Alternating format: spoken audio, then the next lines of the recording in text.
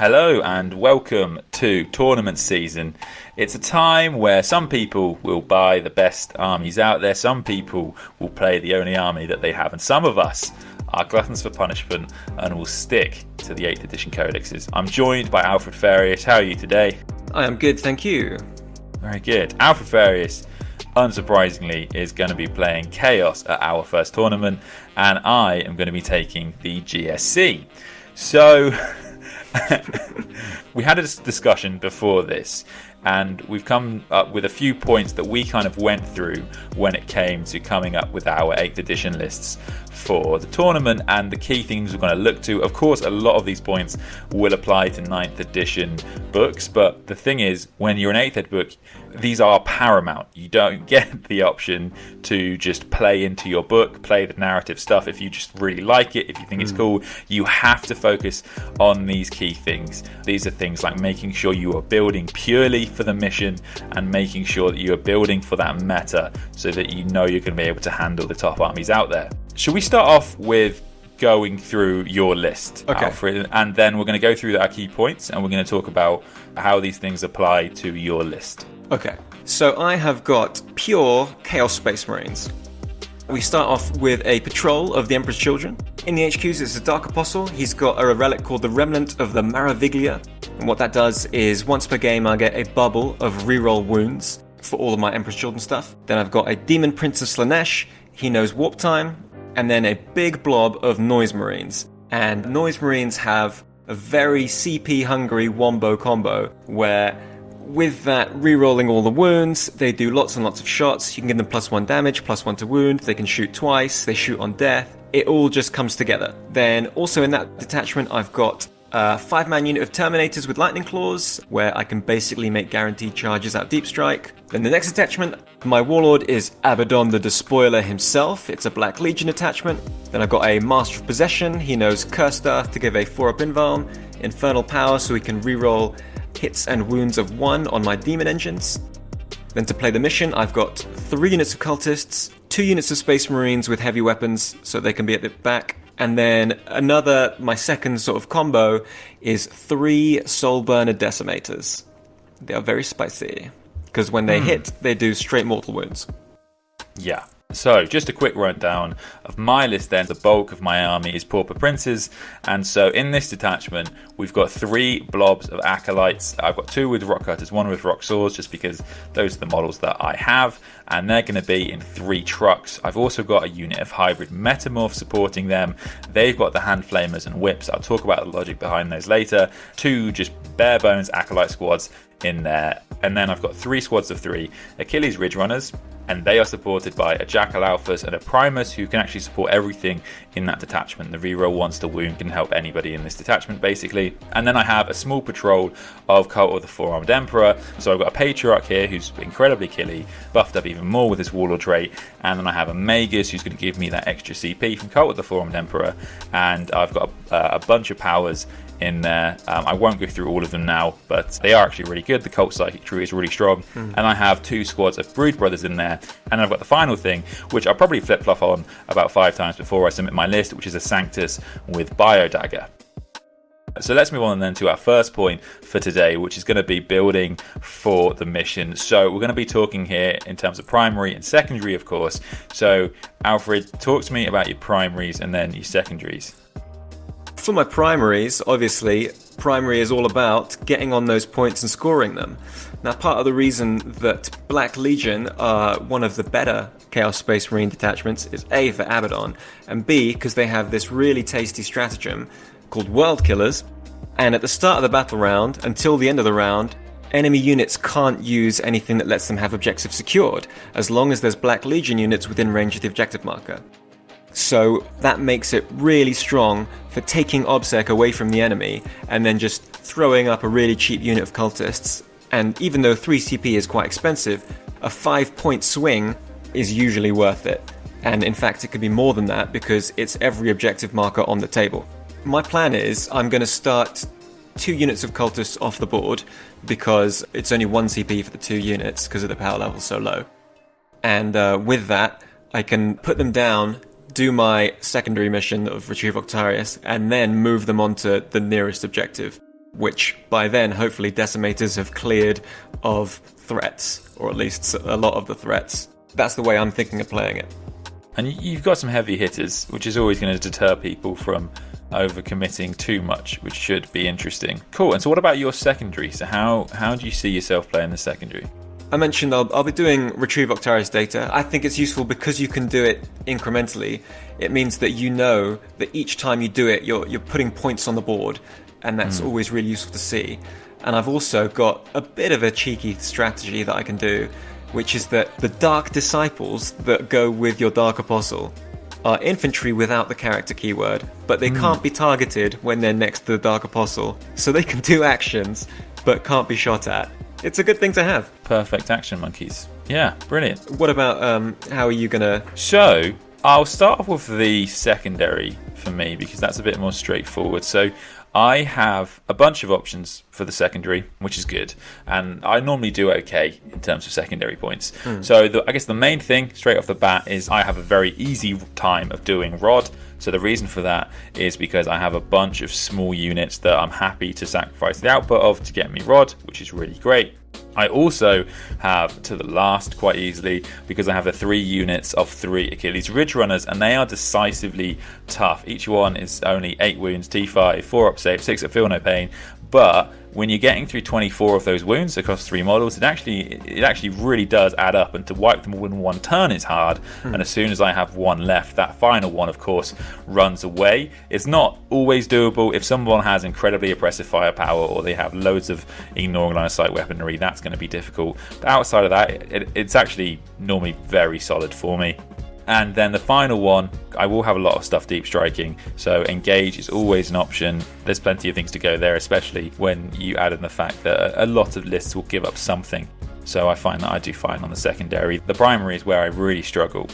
Everybody with an army in 40k calls their army made of paper at some point, but GSC do of course take the cake in this one, because there is 1 invuln in this army. For example, there is no 3-up save in this army. There is nothing properly resilient for holding points, and especially toughness not 3 with obsec. So that's where I really struggle. My plan with this list is to throw up an Acolyte hybrid unit early on and hopefully start off a trading game. But as long as I can force them to come out at least with something, I have some long-range shooting, I have some really strong hammers in the Acolyte hybrids. It's going to be this trading game, and that's what I have to do to win the game, basically.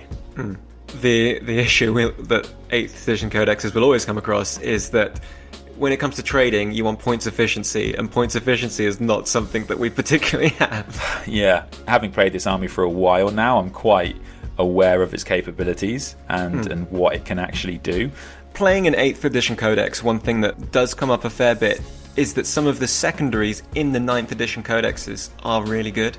So really get to know the secondaries that are just in the core book. Sometimes there are secondaries in there that you wouldn't take every game, but they could be good for particular mission or particular deployment. Yeah, like for example, if you are an 8th ed army but you can get Stranglehold quite easily, that's a really good secondary to score.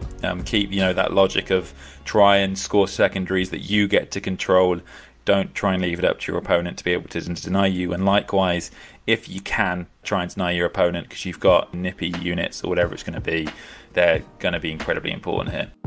So let's move on then to our second point, because I thought it was really interesting, which is kind of build for the meta. At the time of recording, Grey Knights and Thousand Suns have just had their codexes on pre-order, but we're going to be talking probably more about the meta just before that, because we haven't got a lot of experience against these armies.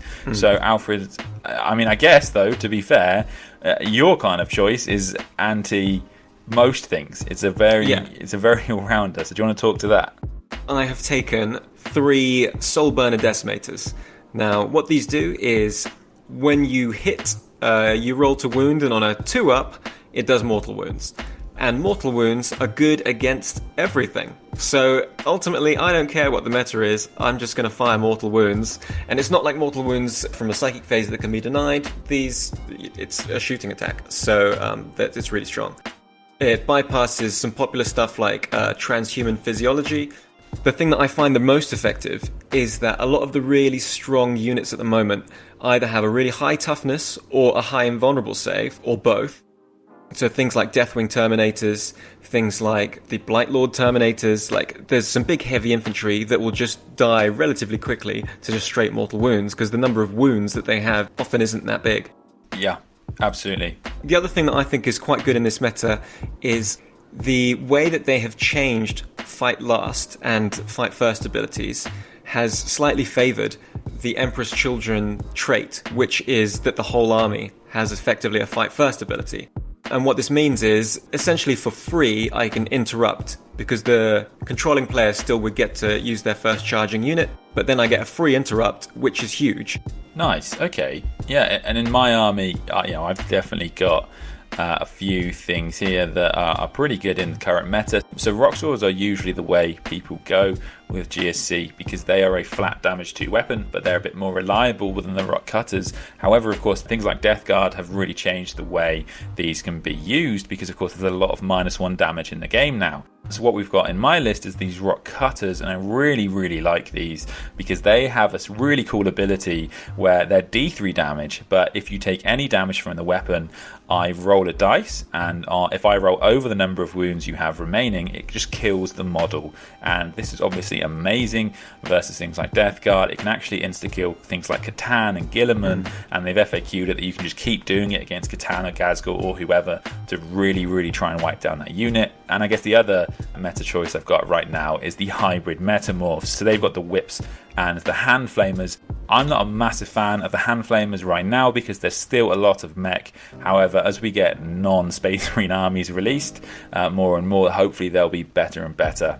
But obviously they do a lot of strength 3 attacks, which can be really good in the Drukhari matchup, and the whips are awesome. So the thing about Drukhari, of course, is that they are not that tough, and so if a Drukhari army hits me, my whips allow me to fight on death, and that means that I can stop my opponent from consolidating through me, and it means hopefully I might be able even to wipe the unit back, which is really, really cool. And then for our final point, we just wanted to talk about something that's really helped us personally, which is that make sure you are building your list planning for deployment, because it is something that you shouldn't be surprised by every single game. There's obviously going to be missions with weird terrain or weird deployment zones that might throw you, but generally you should have a rough outline in your head of how you want to have your army set up, and then you know how you're going to play your game, what your strategy and tactics are going to be that game. So, Alfred, do you know how do you generally like to deploy your Chaos Space Marines? Yeah, the thing that I'll do sometimes is I will put my big unit of Noise Marines, which I will warn my opponent how killer they are. I'll put it in an area that seems relatively vulnerable, and I will use my 1CP stratagem Tactical Perfection before the game, once I know who's got first turn, to redeploy it to somewhere safer, and that can be really useful because I've baited out whatever would kill them, and then I can just put them somewhere else.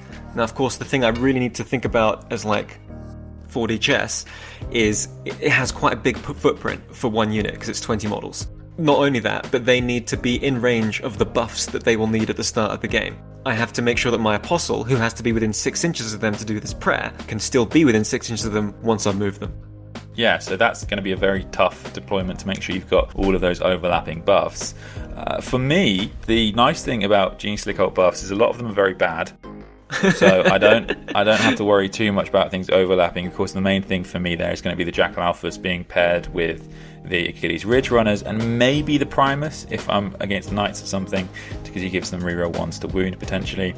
But generally speaking, what I want to do is I want to have the 3 Goliath trucks really far up. Of course, I'm using blips when I'm deploying, which gives me an even further advantage to hopefully try and mitigate my opponent's firepower turn 1. And then what I want to do is have 1 truck with 2 5-man units inside, and one of them is going to jump out and go really far up and hopefully try and threaten the primary to force my opponent to come and face me. And then the other one is going to try and deploy scramblers somewhere.